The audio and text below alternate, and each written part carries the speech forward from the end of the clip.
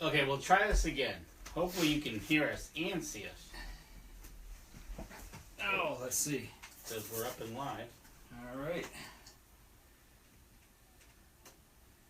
Let's restart my page.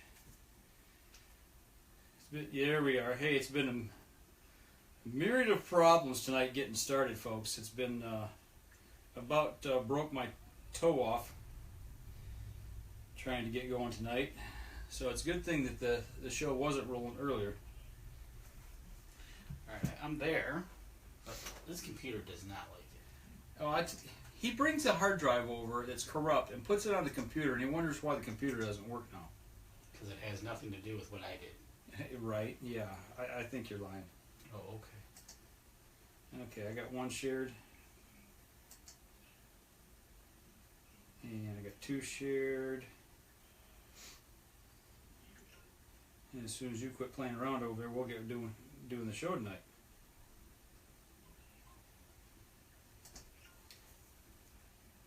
Okay, so you ready? I'll be ready, whatever. Share to this page. All right. Hey, it looks like we got four people on. Billy, Charles, Jason, Deb. What's going on? Dan threw a chair at me, about broke my toe. Yeah. I got a headache. I feel like I've had a truck hit me tonight. So it's been a rough week or weekend.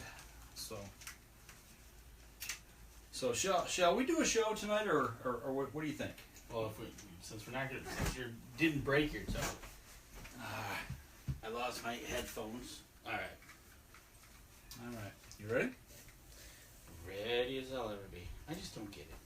Just not happy. That computer just doesn't like you. No, that's a given. Something to do with refresh rate on or something. I don't know. Sorry, the file content isn't available right now. Yeah. I need to clean the cache out on that thing or something maybe. I don't know. Well, you need to do something. Because I can't be your wingman. Well, use your phone. Well, that's what I got to, but the phone is so freaking small. All right. And then when we get talking... All right. You through complaining? That could be. All right. And turn your audio down. Okay? I did. Okay, here we go. Stand by. 3, 2, 1. Hey, welcome back to another episode of the Up North Journal. I am your host, a little disheveled, wore out, Mike Adams. and Wingman... Dan DeFaul, who has no computer. No computers. But, you know, it's good to see that Charles Byram, computer keeps freezing. So, see? Not my fault here. His computer keeps freezing. Billy Hoffman says we're looking good. Yeah. Is this my good side? It must just be you, though. Like I said, I haven't shaved. I'm looking pretty woolly. Jason Radecki, sorry you guys had to go back down to the flatland and the ruckus. Yeah, I hear you there, buddy. So, all right. What do you want to talk about tonight? Episode 421. Yeah, we didn't do a show last week. No. You were MIA. No, I was... And the person that's supposed to sit in with me had family obligations and couldn't make it over. Well, you know what? Big shout out to Jason Sacco from Outdoor Adventures with Jason from Texas. He was on the OPC. He's from Flint area. His parents live up here, and he was up here visiting, and he was going to come over, but he got sidetracked. And I understand how that happens on vacation. Andy Everheard, my computer / iPhone is working great. See? It's you, Dan. No, it's Charles, too. Wow. So, yeah. You're so into it. You're two-fisting it tonight. Yeah, I got coffee and I got the sweet tea. The sweet tea that you brought over. So, all right. So, what do you want to talk about? What do we want to talk about? Well, we've got 2 weeks to catch up on. Did you have a good 4th of July? I worked. You covered the fireworks. Well, actually, no, I did. I take that back. I worked Saturday before the 4th, which is the 1st. Yeah, we did the Bay City fireworks. How did they go? Boom. Without a hitch? Yeah, they went off. Yep. So got that done. On the 4th, actually, I did not have to work, but I took Jacob back down to college. Oh, okay. He was home for 5 days and had to go back down to Ohio. Yeah, drop him back off. to school. Yep, drop him off and come back up. So that was all in one day. You know, I don't mind driving 6 hours on the road, but what I don't like doing is driving a road and then turning around an hour later and driving right back in the same direction you just were. For another 3 hours, you know? Well, that's how it goes when you take them to college. Yeah. I drove to Chicago, turned around, and came right back. Yeah, I bet you didn't spend an hour there, though, did you? You probably just opened the door and said, there you go, and I'm out of here. I don't even think it was an hour. Yeah, if you like I am, I hate Chicago. No offense to anybody that lives there. It might be listening to the show, but I am not a city boy. Yeah, not a fan of Chicago. So, all right, so you had a good 4th. Yeah. I had a good 4th as well. Yeah, you've been MIA for about a week. I was in the UP. I had a great time. It was beautiful. We had, I'm trying to think. I don't know if we had one day. Maybe we had one day in the 80s. We're 70s. It was chilly in the morning. Oh, those are the best. You sit on the deck with the coffee in the morning. And Did you have a little fire going in the morning, and campfire? not right away in the morning. The kids got it going in the morning sometime. Yeah. And then You know, it was fire the whole time. even in the summer, when you're out camping, you know, if you're at a campground or you're up north or wherever you're at, you get that cup of coffee. You come out and you're half awake. You stoke the fire from the night before, and it kind of comes back. There's just something sitting by a campfire with a cup of coffee. Yep, that's right. That's what we did. Me and Deb would get up, go have our coffee, sit on the deck. The kids would get up, and then they would head out. And Hey, Mara's on. Hey, Mara and Jim Beasley. Mara, we got to get you on the show here one night. And Jim and I got some work to do. But there you go. So you had a good 4th up there. Did you see fireworks? Did you guys have fireworks there? Or? We didn't have any fireworks. The people on the lake do a little pyrotechnic with music. Well, like one guy's a DJ Okay. profession, and so he's one guy's a demolition guy, and he put those two guys together. And Was there dynamite involved? I don't think so. I say, any fish get killed? So they had 2 evenings of fireworks, a Saturday and a Sunday night show, I guess. Okay. So, but otherwise, yeah, it was peaceful. So the weather was good. The weather was good. We had one day of rain, which was Thursday, and I attempted my phone call to you. Yep. That was Thursday evening. And we were getting hit with some big storms. It was pretty cool. So Power flickered. you Trees down. you got a new piece of gear at camp. Yeah, I bought a cell phone booster. Okay. So Gabby and I climbed up on the roof, and she helped me put it up there, and it works. It works. Yeah, you were able to talk to me from I was right there at camp. Able to call you, and all it does is, the hardest part, we were trying to figure out which way to go. It says to point it at a tower. Where's the nearest tower? Well, that's exactly the question. 80 miles away. Gabby and I are up at the top of the roof, like, okay, so where's the clearest? And you're up there like. Yeah, and you know how that goes Yeah. with trees, right? Right. So I was like, okay, I know one town is this way, the other town's this way. So let's point it right in between. Yeah. Okay? And it worked. Well, it did, a little bit. So we're like, okay. So I went down to the neighbors, and down there talking to him, asking him how he's doing, blah, blah, blah. Gabby notices up on his cell phone, up on his satellite dish pole, he's got a cell phone booster too. And we saw which way it was pointing. It was pointing southwest. Which way were you pointing? We were pointing northwest, Okay. towards town, Right. or a town. I'm like, all right. She goes, hey, look at that. And I looked at it, like, because it was pointing the same way as the satellites dishes. So we went back and we looked, and like, yeah, we got to spin that 180, just about 180. So we climbed back up there, and it was easy to spin it. So we spun it, and it worked even better. Good deal. Yeah, I can hear you just fine. You know, and before you'd have to go up to the hill, Oh, I had to go up to the hill, make your phone call. make my phone call. So now you cannot escape another podcast. Well, hopefully, We can Skype you. yes, we'll be able to Skype, and I can just sit right there at the kitchen table and talk to you, and everything will go peacefully. Yeah, he'll be calling and rubbing things in, saying, "Yeah, hey, I'm sitting up here and you're back at home." Yeah, probably.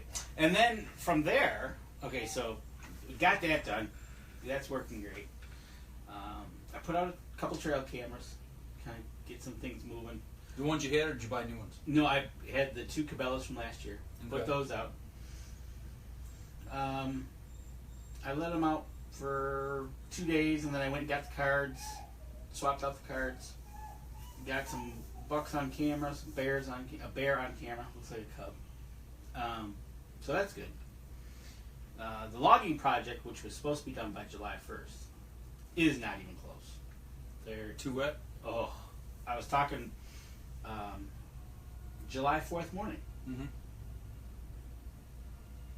No. 2nd was Sunday. 3rd, I get up and I'm like, that sounds like equipment. It was supposed to be quiet week because I'm up there.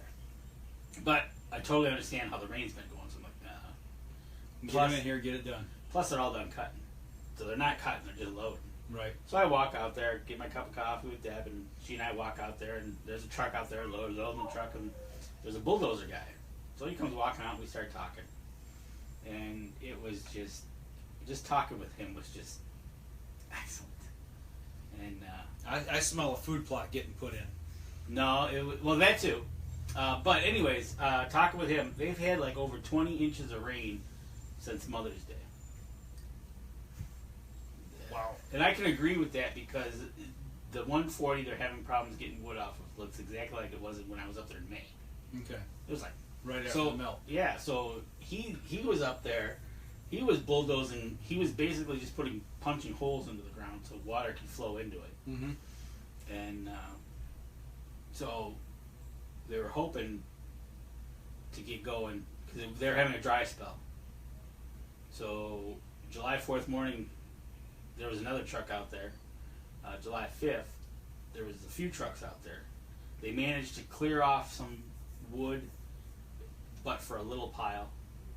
And then I still got a big amount on my Northwest 40. And they're discussing on how to attack that because they can't get the truck up there to load, right? Mm-hmm. So what they're planning on doing now is sending the skid steer And drag them out. and drag them out, put them into the other landing so they Mhm. can at least load them and get them out of there. Right. Or else they're not going to be moving for a while. Right. Because I walked up there and it was muddy Yeah. to go get a soil sample. And pretty cool thing. We're walking up the trail that they made, and each side is big stacks of wood. We get to the last stack on the right, and all of a sudden I can hear something. And Kelly heard it too. And all of a sudden we kind of peek our head around, and there's a little spike buck feeding away. Just didn't even knew we were there. Was walking away from us, and he cut and came out into the little opening now. So that was kind of cool. Making their way through, finding their new vegetation. You know spots. what? I tell you what. Every night we saw deer. Every day we saw deer out in the open. cuttings. Yeah. They're there. They're not going anywhere anytime soon. Well, if you talk about him punching holes in the ground for the water to drain into, are those going to be natural little retention ponds now for you? I don't know if he's going to keep them or he's going to fill them back in when he gets done. I'd almost tell him maybe to leave them. Yeah, they're a little too close to the road. So Okay. we did talk about an exit plan on what to do with the cleanup, what they need to have done, Mm-hmm. clean this up, the new roads that they've cut in. What do I want done with them? Mm-hmm. So we talked that I've got 2 new roads on my property that I'm going to have basically them earth berm them to a point of about 12 to 15 feet wide, Mm-hmm. so I can put a gate on each one. Gotcha. So then that's going to lead me, my Northwest 40 leads me up to the top of the hill and then splits into a Y, which that will make a good food plot. The other one kind of straight into almost like a T, Okay. and I'm going to make that a food plot. So I went and did that, measured them out. I actually got the size of them, so I actually know how big they might be. And then they came back on the 5th, and yeah, they had a couple trucks they were loading, because the trucking company gets paid by the load. Mm-hmm. So they're like, Yep. let's go. Yep. Load it up. Let's go. Yeah. So, but other than that, they still got some work to do. The new finish date is September 1st, Okay. barring any rain. So getting out of there, hopefully get a little dry weather, get out before bow season. Right. Let it quiet down. Hopefully. But you know what? Mm-hmm. Up there, they're working, and the deer are right there. Right. Yeah. It really doesn't bother them that much. It's almost like a dinner bell to them. Really. Right. Yeah. I was talking to them, and there was a deer just down from them, just sitting in there. You know, they're hungry. It's they know they're not gonna get any attention from them guys. Billy, no, that's my dog wanting out of his kennel. He's been fed. He's just old and grumpy like me. Oh, I tell you what, we're bumping up here on our first break. Let's take our first break. Come back. I want to hear about the rest of your trip. sure. So we'll be right back after this. And Dan is going to entertain you here while I get this recording set. Oh yeah, I'm gonna do some recording. I'm gonna see if I can make this thing work over here. Hope everybody had a good Sunday. It looks like no rain, which is good. It rained up north last night on me. You know, it was raining, I think, everywhere north of Saginaw.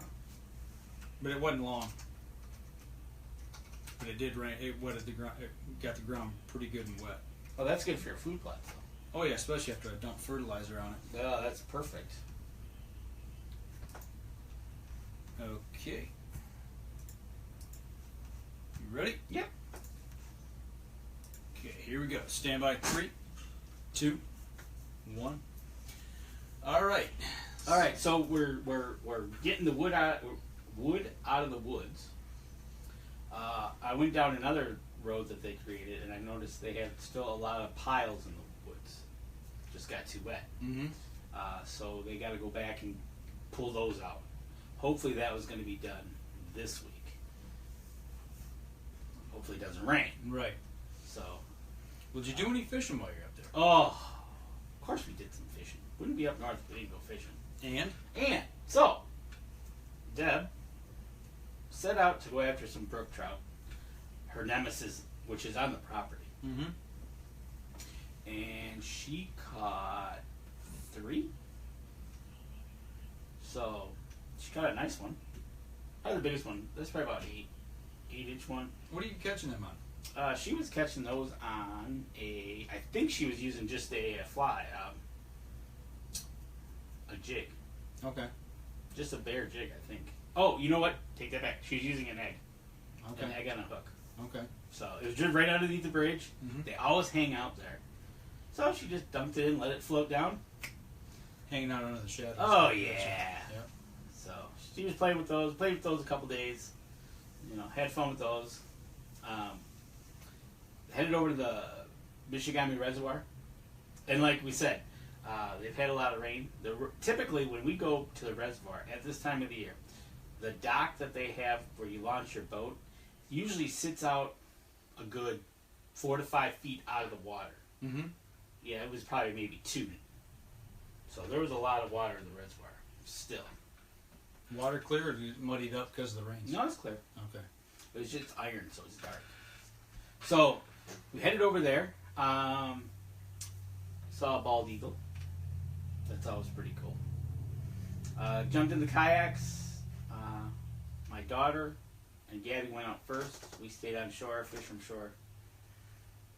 They went over to a spot across. It was probably a good quarter-mile paddle to the corner. And so we're sitting there, and I'm just enjoying myself. Oh, there you go. Deb says salmon eggs. That's what it was. So we're sitting there.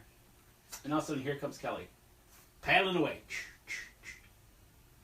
Okay. And Gabby's kind of just behind her. Oh, might want to switch. I don't know. Well, she pulls up and says she's got a fish. And she thinks she's got it through the eye. I'm like, okay. Well, she towed the fish all the way across the lake. I'm like, all right. Well, she didn't have a pliers with her. Okay. And she was pretty near tears. I said, hold on. And I see this fish swimming in the water. I'm like, wow. It was a walleye. Mm-hmm. It was pretty close to a keeper. Mm-hmm. I didn't measure it or nothing. So I picked, and what she actually did is she caught it. She lip caught it perfectly, just under the eye. She didn't catch the eye or nothing. Mm-hmm. So I fought with it a little bit, and I did spike myself. That hurt. But I got it out, and I set him back in the water. And it took him a few minutes, because after you get dragged across a lake. You're a little tired. So, and then he just kind of slowly swam off. So that was pretty cool. But that's our good fish story, was that one. She dragged a fish across the lake. And I teased you before you went up about fish dragging you across the lake. Yeah, well, Kelly dragged it across the lake. So nice. That was pretty funny. So she caught a walleye. And then we went out. We got up early the next day. We headed out, and it was just glass. I mean, it was a threat of a storm, but it didn't happen. A little bit of rain.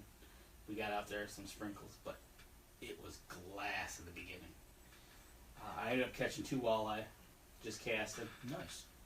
Keepers, if I would have kept them. Caught them on a wacky rig, the first one. The second one I caught them on just a rubber one. Where did you learn that trick at? I don't know. Some guy from Ohio.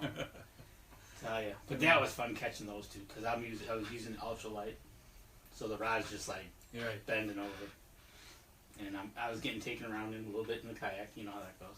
That's cool. Yeah. So other than that, Deb didn't catch anything out on the water. Looks like she's turning into the trout fisherman there.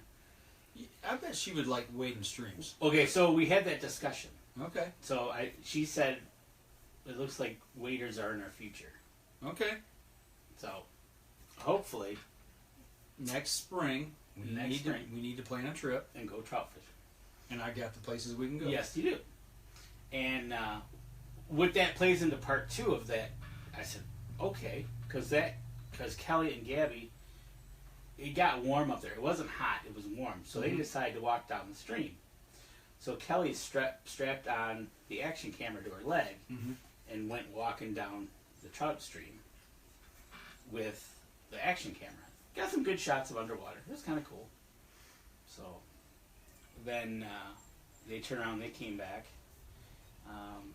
Then I had my meeting with the forester. Talked to him about the exit plan, what we're going to do, what they needed to clean up, what's going to be left. Those trucks, when they're loaded with wood, can mess up a road pretty good. Mm-hmm. I mean, leaving some ruts. They left the one day I was there. They pulled out, and I think that was Thursday, and they rutted up the main road pretty good on the side. I'm like, they better get that fixed. Mm-hmm. But they will. They're a reputable company. It's one thing that, like any business, you better have insurance or something, and a good way to fix it, and all that good stuff. Because if you get a bad rap, your business is done. Yep. And we do have that, is what you said, insurance. Mm-hmm. We have I guess you want to call it a bond on them, that we're holding back X amount of money from them that says if you don't clean it up to our liking, we keep the money. Right. So, and that's a few $1,000s, so they're not going to want to leave that on the table. Right. So, plus the logging company is, like I said, a reputable company. They've been in business for ages. Matter of fact, my forester used to work for them. So, but then, really the last day we were there is when the rain was supposed to show up. It did in the morning, then it cleared up, it got nice. Then in the evening when I called you, we had a really bad storm come through. So I had to walk the trail to make sure no trees had come down on the trail. Mm-hmm. But other than that, I walked the property. It looks good. I really like it. He thinned it out in my hardwood section. He went in and he explained it to me. He improved the quality of tree. He took out all the bent ones. He took out all the bad ones. He took out all the. So he says in 5 to 10 years when we go to harvest a third of that, it'll be quality harvestable wood. Yeah, it's got room to grow. It's straight. Yep, I got you. Yep. So I walked through that, and I could tell the canopy had been opened up, and that was kind of nice. I was walking in that 40, and I'm like, okay, I know there's a tree here that's got a tree stand on it. It was a big pine. Mm-hmm. It was probably one of the tallest pines in the 40, but with all the leaves on it, it's hard to see right now. So I'm walking with the kids, and I'm like, okay, I'm looking for a tree. They're like, okay, way to go. Okay, yeah. Middle of the forest looking for a tree. Right. I said, no, you'll see it. And it's a pine. You'll know it when you see it. Well, I found the stump. Uh-huh. And that was kind of funny. I looked. I'm like, I saw the ladder first. I'm like, it's right in this area. I know it. I came up. I looked, and all of a sudden I could see the ladder laying in the ground. It was an old tree stand to begin with. Mm-hmm. I'm kind of glad the tree's gone now. But, yeah, I found it. So I'm like, okay, now I know where my bearings are as to where I am at. And then I found, because he marked the boundary of the property, I followed the whole entire boundary. I was able to go tree by tree and just walk. Oh, nice. Yeah. So, what my next plan is to do next is, if I can, I gotta find a program. I'm not sure which one it is that I can do waypoints and do the corners of the property. Yeah, you can do that with like Garmin Basecamp. Right. So and then you can plot it out on a map. That's my plan. Okay. So then I'll have a true representation of where the actual property is. Jason said that there's more rain coming this week.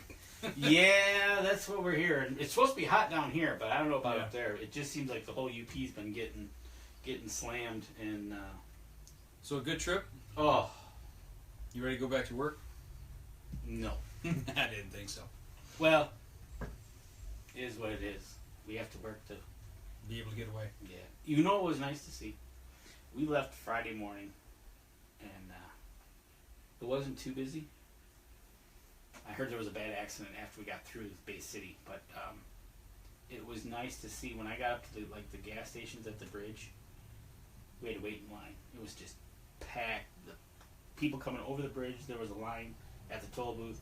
The gas stations were all packed. People are traveling. It was just good to see whether the biking, trailering, camping. It was good to see just all the people out and about on the move. Mm-hmm. So, It's been a while since we've seen it rambling like that. yeah, it was really good to see, and we were heading up. A couple times we hit the old caravan of trailers, and they're heading up. Yep. So, but no, it was a fantastic vacation. The weather was phenomenal. A couple weeks ago it didn't look that good, but now it looks okay. It worked out good. So now we're back, and we get the second half of the year now. So when you're traveling up like that, you talk about seeing everybody out and about and all that. Do you stop along the way at a restaurant, a favorite spot, get gas or get something to eat? When I'm traveling like that, depending on how it works, it's usually West Branch, 212, Mm-hmm. right at the bridge, North or south side? north side. North side. St. Ignace at the Admiral Station, or Holiday, sorry. And then from there, I can usually make it all the way to Crystal Falls. If not, I'll stop in Escanaba. Okay. But usually those are the three stops. Fill up here, then you got West Branch, the bridge, and Crystal Falls. Now you can stagger that if you want to, if you want to change it up a little bit. But we didn't, because I was got the trailer, and then I was taking the Ranger with me. So at those stops, I'd also check the straps. Right. So I had two kayaks with me going up, right? And I put a couple straps on them, and I started my journey, and I kept looking in my mirror, and I wasn't having that good feeling of that kayak, because it was kind of waving. I'm like, so I texted the girls, because we took two vehicles. I said, hey, you got that extra strap? Nope. So we had to make a stop in Birch Run. Go to the Myers. store. Go to Myers. Yeah, and get you some straps. I bought a couple more straps, and I strapped them in, and it's like, okay, Mm-hmm. now I'm good to go. You know, when you're starting, you're looking at them, you're going, I had a strap break on me on the way up. Did you? Yeah, I had just checked him. I'm trying to remember where that was at. I checked him there at the 175 rest area. Okay. And then I got off the 188 there at Standish, taking 23, and I stopped at the McDonald's for breakfast there in Standish, and it was broke. Okay. Just in that 13 miles. And it snapped. Yep. Yep, that's the thing. And you know, I got a 1,300-pound vehicle. I'm trailering 2 kayaks, which you saw how kayaks can become kites real quick on 23, right? Right. So I was looking at that. I pulled over, went into the gas station. They didn't have straps. I'm like, hey, we're right here next to Birch Run. Yep. Let's get there. Myers is open. It was 7 in the morning. So I got those, got some straps, strapped them down. Good to go. Good to go. I just checked them at the bridge. They were good to go. Checked them across. They were fine. So when I came home, I just reversed it, made sure the kayaks kind of pushed them down into each other, being plastic. So it was good. It was good. It was fun. And you know what? The mosquitoes and the bugs in general were not bad. I didn't have a big problem with them this weekend either. I tell you what, I think I was worried because of all the rain. I'm like, right. oh, we're going to get... Yep. But I think it was too cool. Because in the mornings when it was... I think there was a couple mornings it was 40s and then 50s. There wasn't a bug to be found until the sun got out and started... Then the fly. It wasn't the deer flies, it wasn't the black flies. It was the regular flies that were annoying. But we just sprayed a little deep. All is all good. Started a fire, got some smoke rolling. It was all good. Now you're back to work. Now we're back to work. Yes. So, but no, it was a good week had by all, and I can't wait to go back up. I'll tell you, we're bumping up on our second break here. We'll step outside and we can talk about your trip. All right. Well, mine was quick, but we'll step outside and we'll be right back after this. Yes, 4:30 in the morning is going to come pretty early tomorrow. Always does, man.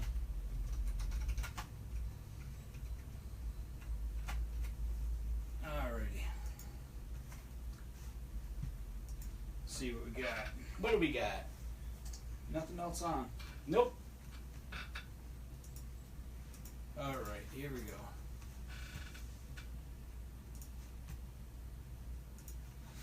In 3, 2, 1. Welcome back, third segment of the show. Danny's back home from vacation. I am. As well. But like I did tell Deb, because I was running the chainsaw a little bit, there's nothing like good chainsaw therapy. Yeah, you can cut a lot of stuff up, cut a lot of anger out. Oh, absolutely. There's nothing better than just... And I had a couple trees I had to get off. I had to pull one out of the water because I just threw it in the water in May. Mr. Beaver was up to no good, so I pulled that out. That was a nice birch. That was a straight birch. So I cut it up, cut it into lengths, put it in the in the woodshed, and made it. I thanked him for his donation to the campfire. Yeah, although it was a nice tree that he cut down. It was beautiful.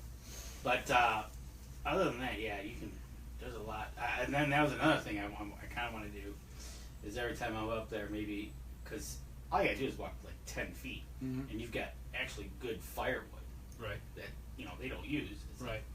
So the plan is maybe go up in May, not May, September. After the project should be completed. Do some cleanup. Just how we're going to do some cleanup, and we're not sure. We might have to rent something, or for now, or this year alone, just try to get much of the free firewood that's sitting on the ground out, get it back to camp so we can cut it up. There you go. That is one thing, though. When they do their cutting, man, there is just brush everywhere. It's a mess. It is a mess. It's a huge mess. We're still waiting on ours to be finished. They haven't got back in to finish ours yet, so waiting on everything to dry up. Still a lot of water. I hear you. I hear you about that. And we're looking to get the property put into the forestry program. Okay. We got to have that paperwork in by September 1. Get it done, man. It's well worth it. Well, if you're going to save 40% on your taxes. Bingo. Yeah, think. Winner, winner, chicken dinner. You got it. So, I sent him the information I needed to send him. He's got to write the plan up. He's already knows the land, so he's already started the project. Right. Right. So then all we gotta do is fill out the form and see if we get approved. There you go. Well, I'm sure you will. I think so too. So they like people when they get into that program. Yep. It's a win-win situation. Yeah. So, but then you headed up north. Yeah, it was a trip that I did not want to make. I don't think I've ever said that. But you had to. Didn't have to, but needed to. It was a work weekend. We got one of the guys at camp got he drew a bear tag. Okay. So it's like, okay, well, we need to get everything done before they start getting up there and getting their stuff set up. So, out of respect for which bear season is he gonna hunt? Third week of September, I believe. Okay. All right. Yep. So I wanted to get everything out of there and get it done. And if you remember that one ground blind that I've got up there that had the tarp on it because the roof, the shingles or the roll roofing blew off. Yep. That was my task. So. Well, you also fertilized. Yeah, that was another task. I had about 3 or 4 things I really wanted to do, and I really got them all done, but one thing, and it's not a major deal. Oh, good. But I figured out why I quit roofing about 8-9 years ago. Oh, you had flashbacks up. Yeah, well, I had to put the roof on. on the. You got a little what are they? PTSD. PTSD roofing. Yeah, well, my body did. Oh. Yeah, it was. Well, my knee. I blew my knee again. That problem I've got on the side of my knee. That all swelled up like a size of a tennis ball. My back's all out of kilter, and I figured this is why I quit. But we got the roof put on. We had put boards on. Got that all done. Put the shingles on. Got everything hauled away, cleaned up. Had some trim work I had to do. Put some pieces of trim on. I did that today and painted, camouflaged it. So I made the stop at Home Depot for my Oops paint. Yep. The $8-9 a gallon stuff that I'm like, okay, you got about 10 of them here. Okay, there's a green one and there's a light brown one. That'll do. There you go. Thank you very much. Yep. So so I got that. Got it all done up. That blind is all set and ready now. It's all been tidied up and cleaned up and fixed. Right. So did a little weed whipping around it and cleaned that up and made my trail so that way I can walk into it quietly and get back out. But the other thing was I talked to Nick Percy from Killer Food Plots, and he's like, okay, we're getting to that time of year. When do you want me to fertilize? So we kind of ran through the whole procedure, and he said, you need to get urea 4600. I'm like, okay, that's easy, right? Straight nitrogen's pretty much is what it is, and you couldn't find it anywhere. Not here in town. I mean, and I got to thinking, I go, okay, who else uses nitrogen? Oh, farmers do. Yes, okay, they do. So I got on Google where to find urea in Michigan, or buy urea in Michigan, and the first place that came up on the Google search was Standish Milling Company in Standish, and that's right on the way. And I'm like, called them up. They got it. Okay, they're open till noon. It's 9 in the morning. Good. I said I'll be there in a matter of a few minutes. No big deal. And went up there and picked up that. Got breakfast. They had no problem getting it to you. No. Got on the road and made my way. But Nick warned me about something. He said, you need to make sure you have the proper clothing when you apply this stuff, because I was using a hand spreader. Okay. Yeah. And he said, if you do not have everything covered, that stuff will burn you. You get a chemical burn from it. And he said, because you're going to be hot, you're going to be sweaty. He said, as soon as it hits your sweat, it's going to start to liquefy. And he said, it's going to burn. He says, I know from experience. he lived it. Yep. He said he had a couple of granules of that go down his shorts. Oh. So, down his backside. So, but wore these sweatpants, boots, socks. Took the sweatpants over top of the boot. Had a t-shirt on, tucked that inside my sweatpants. Put on a long sleeve shirt over top of everything, so it couldn't get down inside. And then gloves, and then pulled the sleeves down tight over the gloves. It all worked. This would be a good use for a Tyvek suit. Yeah. Yes. That would work.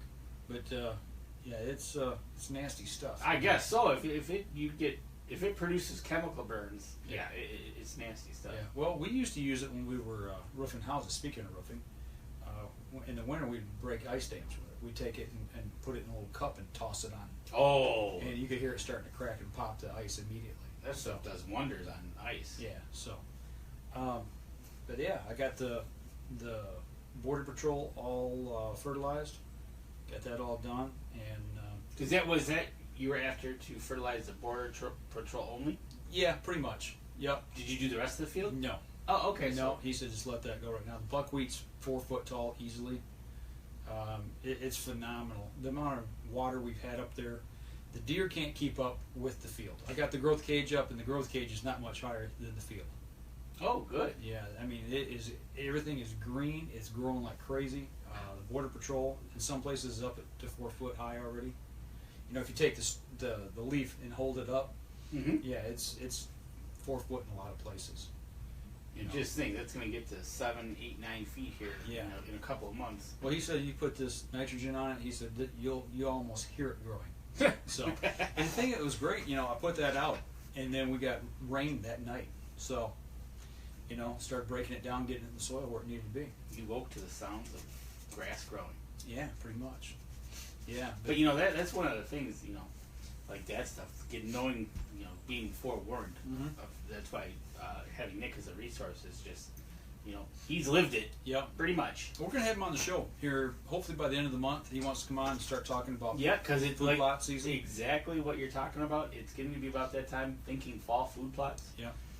If you're gonna, you know, you're thinking fall food plots. Yeah. End of this month, we're gonna have Nick Percy on. Go over that. Talk with him. He did some hunting. I think we're gonna talk to him about as well. Yeah, bear hunt up in I believe it might have been Saskatchewan. Yeah. Find out how that went.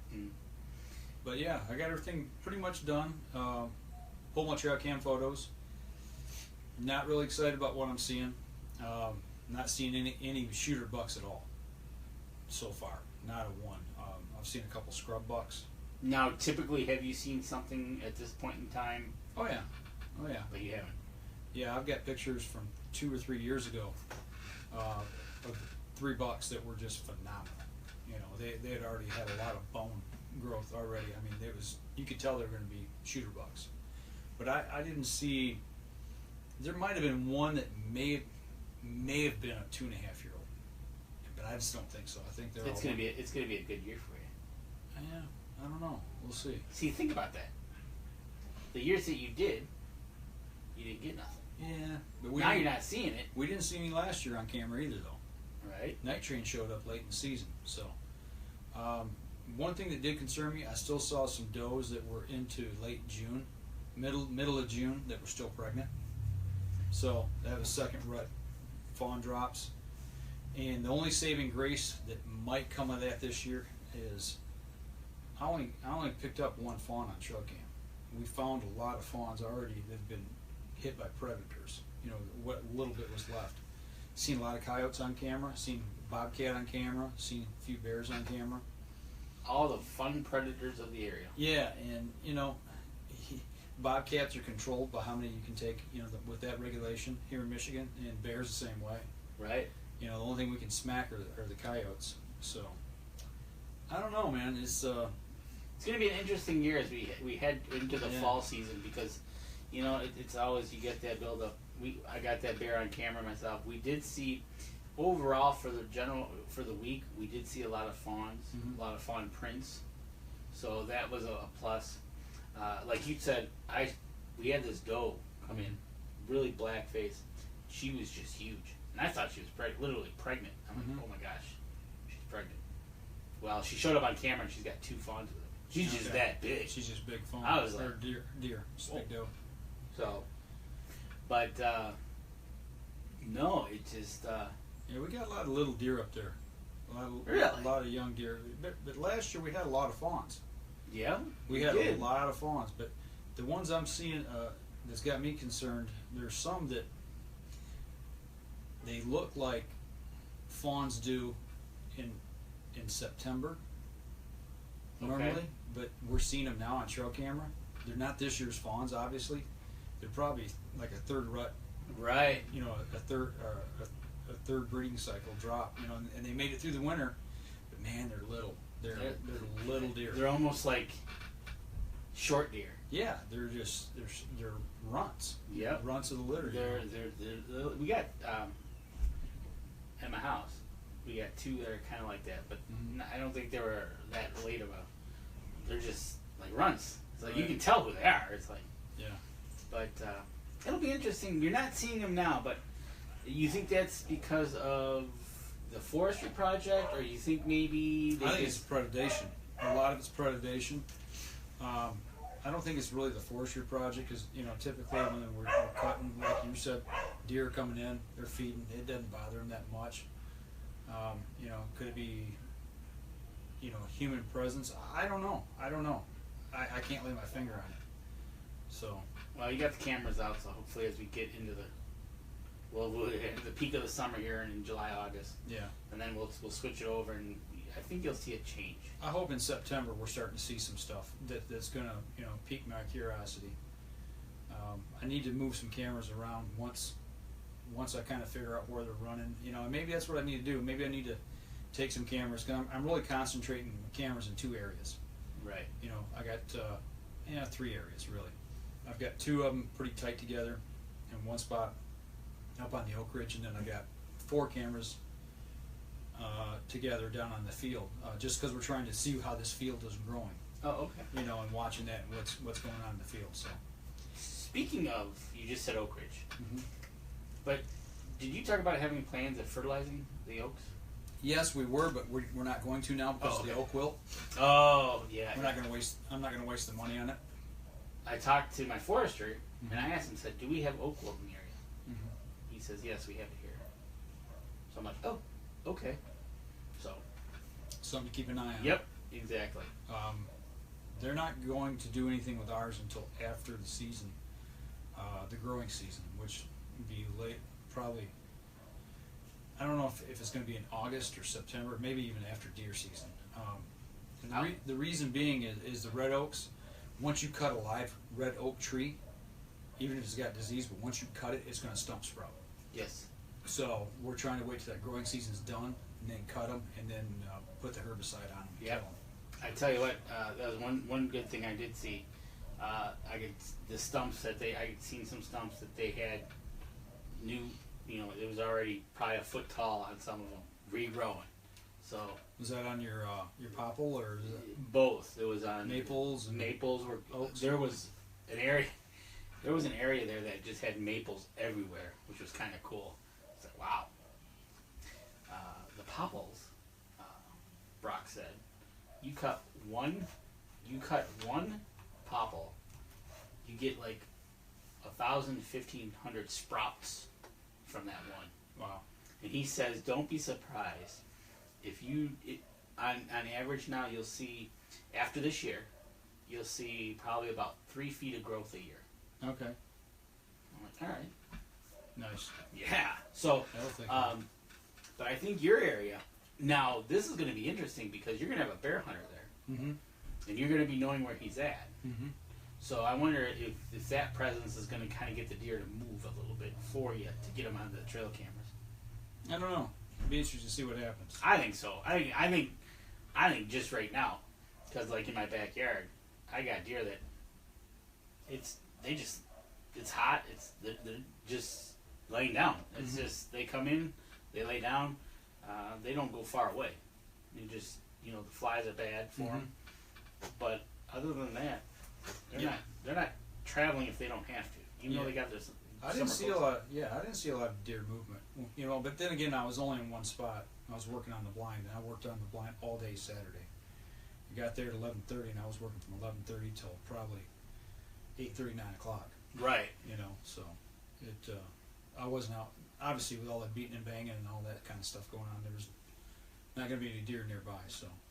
I don't know. Sometimes when you're beating and banging, curiosity. Oh yeah. But in the back of my mind, though, I kept thinking, I hope a bear doesn't show up. I always think about that. Yeah, I was thinking about it. When I go behind, when I'm out there, it's like, because in some spots you got the tall ferns. Yeah. And we got those tall ferns now in the new cut area, right? And I'm like, man, just please don't let me walk up on one. Oh yeah. Because I was like, and it was windy, which was nice because the bugs weren't around, right? Right. And you're walking through ferns that are up to here, and you're like, Mm-hmm. because I did it once in my life, and I don't want to go back there again. That you walk up, and all of a sudden the bush starts moving, all of a sudden a bear scoots out of it, and you're like, uh-oh. Yeah, right. So, but, so you got everything done. Yeah, the only thing I didn't get done is I didn't get to take the weed whip to my honey hole. I was going to cut that all down, but I didn't get a chance to do that. Okay. But that's not a big deal. Right, that was the last on the list. Yeah, so, today I got up and painted and put the trim on and bolted. Put some batteries in some trail cameras and got out of there. Hit the road home and fought the traffic all the way back. Oh, how was the traffic coming It was horrible. I actually got off at the 169 exit and backtracked all the way down to Saginaw and then caught 13 the rest of the way home. Did you really? It was stop and go. It took me a half hour to get from like the 188 down to about the 175, 171. Yeah, it was horrible. So stop and go. So I said, nah, I've had enough. Right. So yeah, I know the back roads enough to where I can get around. Well, that's the thing. Is when especially when you come into the flatlands there. Yeah. And everybody just decides that to hit the brakes. And then we got the construction. Yep. It's like, really? All right, I tell you what. Charles Byron says, my trail cam photos are sucking also. So, even in Iowa, the trail cams. He's having PC problems and phone problems and trail cam photo problems. Yeah. Yeah. I did have a couple cameras that were flaky on me. I had one that actually the batteries were dead, and then I had another one that kind of surprised me. But I had that on time lapse, and I haven't looked at the time lapse yet. Oh, okay. So I have a feeling because it's taking so many photos, right, it's just burning it. But put fresh batteries in that one, recharge them, and then I had another one that had a bad chip in it. I got all the pictures off of it, but when I put it back in, it wouldn't load, and I had to reformat it and then put it in. So a couple little hiccups here and there. So Charles says, having been seeing fawns, luckily, but my buck count is way down. Putting in a food plot, hope it will help the herd. Hope the weather cools down so I can get after the dogs soon. Yeah. Well, that's kind of what I'm hoping for too, man. Get things cooled off up there, and start hoping to see a few shooter bucks and get a plan together. I mean, it's still the middle of July, so I mean, maybe I'm just worrying too much right now. I don't know. But, to me, it's we know they're in the area. Mm-hmm. It's just they have to walk in front of the camera, right? As opposed to walking in front of the field. You see them at the other end or something like that. Right. It's just, I think that's what it is right now. And plus, it's July. One thing I did find interesting was I got one camera in the Oaks, and it's I've got a couple cameras in the Oaks, but deer were feeding around this one particular tree. And I got to go back and look at the tree to see what type of oak it is, see if it's a different type of oak. But every other photo that I had, they would come up off the oak ridge off the road and then down to this tree, and they'd circle this tree and they'd feed around it, like they were looking for acorns. But see, their acorns are not dropping right now. But it's really odd. I don't know what it was that they were looking for, but maybe they're looking for last year's acorn drop. But I just wonder if that's got a sweeter tasting acorn off that tree. I want to say a white oak. Could be. I think I talked to Brock about this. Matter of fact, we just talked about this too. A bur oak, a white oak. I think he said white oak. We'll have to have him on the show. We can run these questions back. But he said they will do that. Mm-hmm. They prefer that acorn because it's sweeter to them. Yeah. Now I know we've got some. I think they're white oaks down on our lower road, and they drop pretty quick. They drop usually around the middle of September, and they're just little tiny. I mean, just no bigger than the end of your finger. The acorns are real small. Oh, okay. But man, they go in there and they just feast on them. I mean, it looks like a cattle have been in there. Oh yeah, around the base of around yeah. the outside of the tree. Yep. So. Oh yeah, they really like those. I think that could be what it is, but it just to me it seemed odd that they were looking for acorns already. We've got clover. Speaking of clover, we got clover leaves, petals on our clover this big around already. size of quarters. I tell you, you've been having some serious good water. It's the best clover we've ever had, and it's mammoth red clover. We planted in with that rootstock rye. Right. And you know, you look down between the rows of where we planted it, and that rye, you know, that rye's up a good, you know, 3-4 foot, and it's protecting that clover. So the deer has to work and get his nose down in there to find it. But man, it's just phenomenal. It's thick, huh? It is. Yeah, it's thick and lush. Like if you've watched the weather, you've had pretty good rain. Mm-hmm. You know, we got a lot of rain. We haven't had no quote dry times to slow it down. Right. And it's just been growing and growing and growing. Yeah. And you know, here we coming into July and August when you typically think, but in August if it gets muggy out, you just got the moisture from the air itself, which is nice. Yep. So we just got to worry about July. And I don't think it's going to be that dry. We're halfway through it already. I'll tell you, we're bumping up here on our last break of the show. We come back, we're going to talk a little bit about some archery stuff we've got going on here. So we're going to step outside. We'll be right back after this.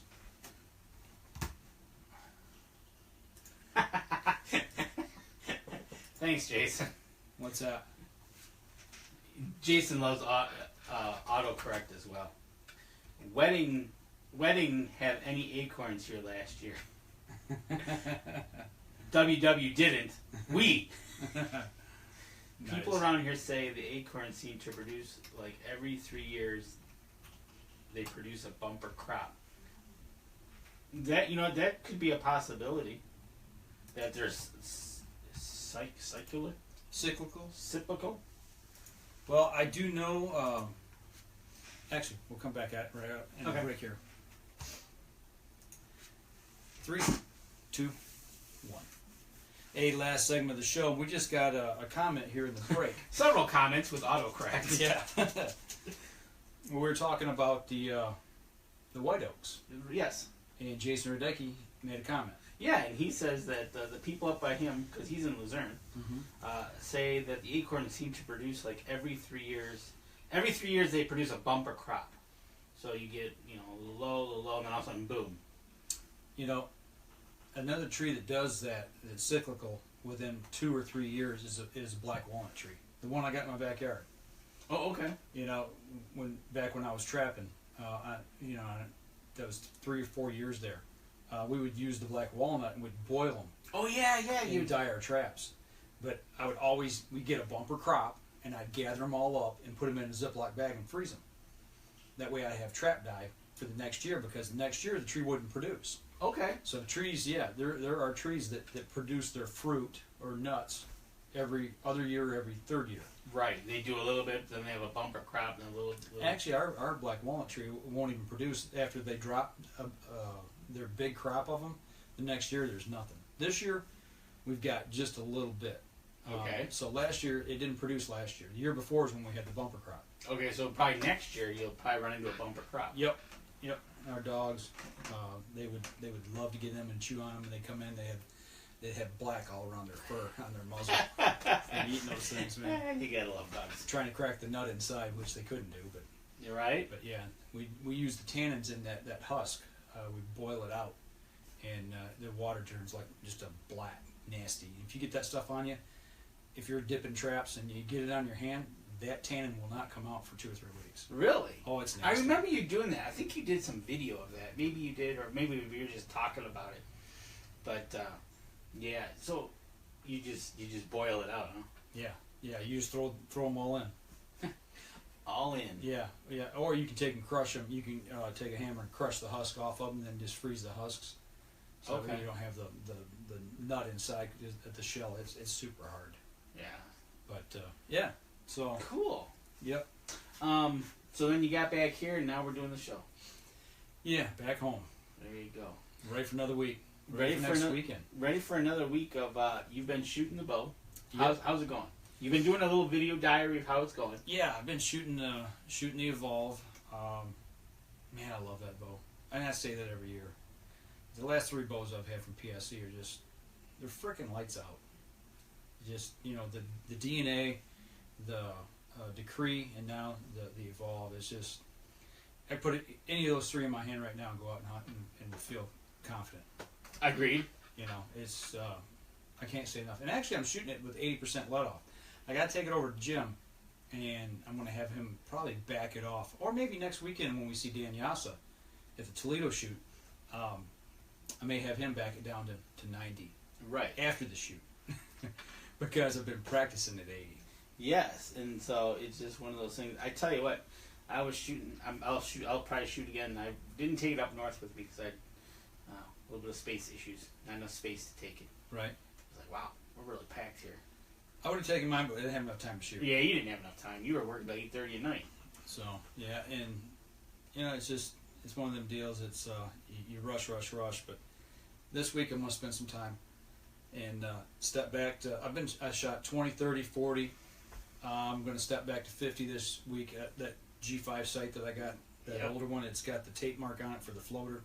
I'm gonna mark a 50 and a 60 because, as you told me before the show, it's supposed, from what I understand, and we'll talk with Dan this week, up to unknown distances up to 60. Yeah, great. Flinging arrows. Yeah. So that's what we do best. It sounds like I better take a quiver full. Definitely take a quiver full. Yeah. So Saturday's is unknown distance, and then Sunday is known distance. Right. And we're just shooting Saturday, so great. Yeah, well, it'll be fun. Good to see Dan and talk with him, and hang out with him. And he was up in Lansing, I think, this weekend. Yeah, they just opened another archery store somewhere. I think grand opening. So I seen him posting some photos. Speaking of grand openings, yeah, we're T minus 3 weeks now. 4 weeks, I think. 4 weeks. What's the day? 10th, 11th. Yeah. Be 3 weeks from this Thursday, right? 3 weeks from this Thursday, and the weekend we'll be there. Chesterfield, Michigan for the new Cabela store. So can't wait for that, man. It's gonna be an action-packed week. Yeah, I hope so. Be crazy fun. It will be. That'll be a fun time at a new store. Yep. I want to talk to you a little bit and pick your brain about this thumb release you're using. Okay. Because what I've noticed, and I alluded to it in one of my videos that I've been videotaping or even live streamed a couple of times, shooting in the backyard, how things were progressing or digressing, and I noticed with my release, there's just... Now you're using a trigger release, right? I'm using a standard trigger release. Okay. And it's just something about it, the tension on it is just, sometimes I have a little play in it, and I think I have a tendency to over pull and punch the trigger. I think I'm doing some trigger punching with it, and I'm just wondering with a thumb release if you got a little more control with that. I'll have to bring it over next week. Okay. And let you mess with it, because one of the main reasons I switched, just because of that trigger, I felt myself punching the trigger. Just it's like I couldn't get out of it. I was like, slapping it. Yeah. Grabbing it, slapping at it. So then I said, all right, let's, instead of pulling the trigger, let me push the trigger. Yeah. So I've been learning to push, and maybe that it could. Are you shooting any more consistent? I'm about the same. Okay. So does it take that out of your head though? Yeah, it does. Okay. It does definitely. It's there. It's my thumb now, and I'm pushing. I'm not. Yeah. So that's kind of why I wanted to change, to get one of those things out of my head. And if we were shooting with Dan, he'll probably tell us a whole bunch of different things, and we'll probably be all messed up. Yeah. Because he showed you some releases when we were at the Lansing show. Remember, he went through and he showed. Oh yeah. I wasn't there, but Yep. he showed you, and that was just like. So, yeah, there's all kinds. There's 50 million different kinds of releases you can use. The back tension release, which I don't think I could hunt with. I think that's more for target shooters. Yeah, I don't think so. But the thumb release. But this is a push thumb one that, I don't feel like I'm punching the trigger. And I'm more. I got it locked underneath my jaw, and I'm just pushing it. Yeah, I'm almost trying one of them, or just upgrading to a better release. It's one of those. It depends on you. You'd have to actually go try it. Yeah, that's what I'm just going to have to go shoot. You will. Go over to Jim's, see what he's got, and try it there. And it might be that. It might be the release. Mm-hmm. I don't know if you can go and mess with the tension on it and, either backing up. No, the ones I got, they're not that expensive, and that's probably half the battle. Truthfully, Well, you know, you want to talk. Yeah, releases can go anywhere. right? So, but that's kind of the things I've been dealing with. How's the arrow shooting? How's those Renegades? Actually, I'm not shooting. I haven't shot the Renegades yet. Oh, yeah. I've been shooting the zombie slayers. Oh, that's right. You're shooting the zombies. I want to get dialed in with that. I figured after we get this shoot done this Saturday, then I'll start playing around with arrows a little bit as well. But the one thing, doing the video and posting, one of the guys out of Oakland County, Jim Jacques, he noticed that, because you know I shoot either with a complete open hand, or I'll touch when I won't grip the grip, but I'll bring my index finger and my middle finger around and just close it and touch the tip of my thumb. Okay. And he says when I'm shooting open handed, he noticed as I'm executing a shot, my hand's already gripping, feeling for the grip and the drop of the bow. It's just that involuntary reflex. You're anticipating the drop. Yeah, and he says, as I'm doing that, that might, because I was having a problem. I was shooting left, and I kept trying to bring things back, bring it back, and it took me a little while, but I was within an inch of the bull. You know, mostly left. My up and down, that depends on eyesight, and I'll get into that in a minute. But no, my left to right. And he said just touch them together. He said if you can concentrate on that and keep them closed and see where you're shooting. And I mean, John Brown, if that didn't bring it back, I started doing that, and now I'm shooting just a little to the right. So I need to make that adjust. What I did is I kept adjusting for it and brought it too far, and I was kind of bouncing back and forth. Right.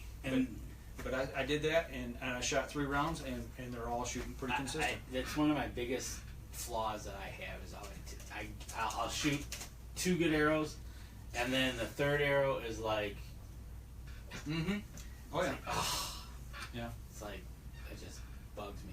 I anticipate. I know what I'm doing. It's like, that's fine. I already know I'm dropping the bow, and it's like, oh, stop. Well, as soon as you execute the shot, you know. Yeah. You know if it's in there or not. Right. And the one thing, when I very first started this, setting that bow up, I was struggling for target acquisition at 20 yards. It's just when I'm looking through the peep and grabbing the pen and putting it on the target was blurry, but it wasn't so blurry that I couldn't see it. It was fuzzy. And I'm like, man, I said, I wonder if I need to shoot with my glasses.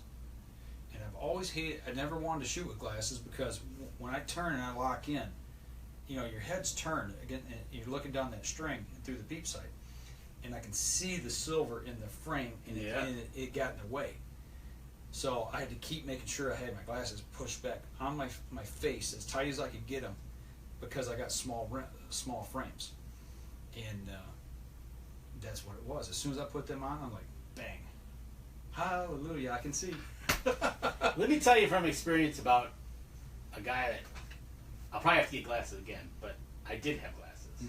Had my eyes fixed, but I had a 1/2 inch thick glasses on the edges. Okay, and when I first started shooting my bow, and I would tilt, You were looking through the edge. My glasses got so distorted. I had to learn to face shoot kind of almost straight on to learn to face. So it'll be interesting when I get glasses again how I'll attack that problem. Well, I'm due for some new glasses, and I think I'm going to look for some either dark frames or, you know, I don't know, maybe they make a camouflage set. I don't know. They do make camouflage ones. You know, so I mean, I'm gonna get something because I don't want anything that's going to shine. The ones I've got now are silver wire frames. Right. I want something with just a little bit bigger lens, so I can, when I do turn it, I'm not catching that edge. Do you have any problem seeing up close? Well, I got glasses for that too. I was gonna say because you might end up with bifocals. Yeah. Well, I got bifocals for work. Okay. And then I've got the ones, my long distance ones are for night driving and stigmatism. So, okay, yeah. But yeah, those work at 20 yards and out. That's what I got. Yeah, stay tuned because they definitely can have an effect, and how you adjust to that. Yeah, totally agreed. I think I'm going to go with dark frames. If I probably will need glasses, so I'm going to go with and I keep thinking of the guy in Major League, the guy with the glasses. Oh, Sheen. Yeah. Yeah. Yeah, wild thing. That's what mine looked like I use at work. But it's like, I'm going to go with dark frames. They do make camouflage, because Randy Duncan has them. Oh, that's right. He's got the woodland camo ones. Yeah. So, but anyways, we'll have to see when we all get new glasses. No pun intended. Fun getting old, right? Have to see. Well, we'll have to see. Well, those are just some of the things I'm struggling with as I'm shooting. So I hear you.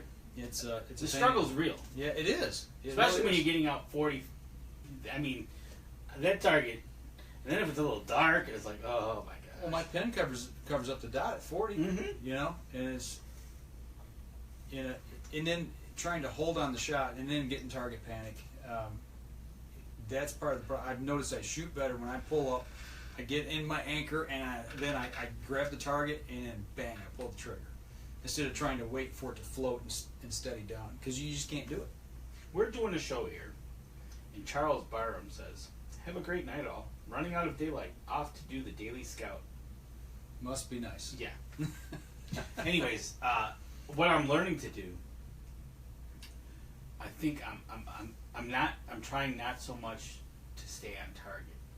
I'm learning to. I think I do better when I acquire my target and just let it go. Yep. Not just, okay, I'm on target, I'm waiting. Then you get target panic. Then it's like, no. I think I do better when I pull the bow back, I get it up, and I look. As soon as I find it, I get where I want that arrow to go, and I let it go. Yep. When I start thinking about it, yep. Here we go. Making donuts. Yeah, it's like, drawing circles. Yep. So, nope. It's just things that us amateurs live with. That's why we don't shoot professionally. No, we don't. We have reasons for that. Right. So, well, that's all I got this week, man. You know what? It's been a great. We were off last week. A great 2 weeks. We're gonna get going here. Come August, it's gonna start to get busy. What do you mean start? Well, it's not busy right now, but it will start. But then, you know what? We're gonna see if we can't get ourselves out in the woods more this year. I've got 1 weekend off between now and Labor Day. Yeah. 1 weekend. Yep. 1 full weekend, put it that way. Right. So, but nothing starts till September 15th or September 1st. That's true. Deer season's all every day, man. What are you talking about? That's true. But you tell Miss DeFaw that if she'd like to go trout fishing, we'll take her stream wading. But I'm still waiting on that trip down the Shiawassee and that guided trip on the kayak and the shore launch. Oh yeah. Have to remind her of that. We'll get out. We'll get out one day, definitely. So, all right. Well, that'll do it for us this week, folks. We'll be back again next week. Yes, we will. We'll be back next week Talking about our shoot down in Toledo. Right. So we'll see how that goes. Yeah. All right, don't forget our other shows over on the Outdoor Podcast channel. Go check those out as well. You can find our show there. And Dan's going to repost the live stream on Wednesday. Usually I'm getting there. All right, so that'll do it for that. Easy for me. That'll do it for us this week, folks. We got anybody on still? 4 people. 4 people. Any questions? Anything that we can throw out there now? We're done recording. Right. Maybe Mike can stub his toe again for you, folks. And God, man, it's been a rough week. I tell you what, I feel like I've been hit by a truck. Oh, well, the Hellbender waders, right? Hellbenders and Canyons, yeah. Hellbender 2s. Yeah, Hellbenders are the ones that we just purchased. Andy Heberhard, great BS session. It's what we do best. We're going to get some people on here, though, here pretty soon. We got Nick coming on the show. I've got an outdoor author lined up that I've got to set up an interview with. Cool. She writes children's books. Yep. She's out of Michigan. Yeah, another Michigan person. Have to get her on the show. Yeah, hopefully we'll have a couple announcements maybe down the road. We'll get some people on from them. Yep. Maybe we'll have a couple new people on from the new store. Yep. So, stay tuned, everybody. Bowfest is coming up. Yep. So, lots of good stuff. that'll do it for us this week, folks. We're going to sign out. We're out of here. Oh. Did you turn I that did off? that. That was perfect timing. You couldn't have timed that any better. I thought, what did I just do to that thing, man?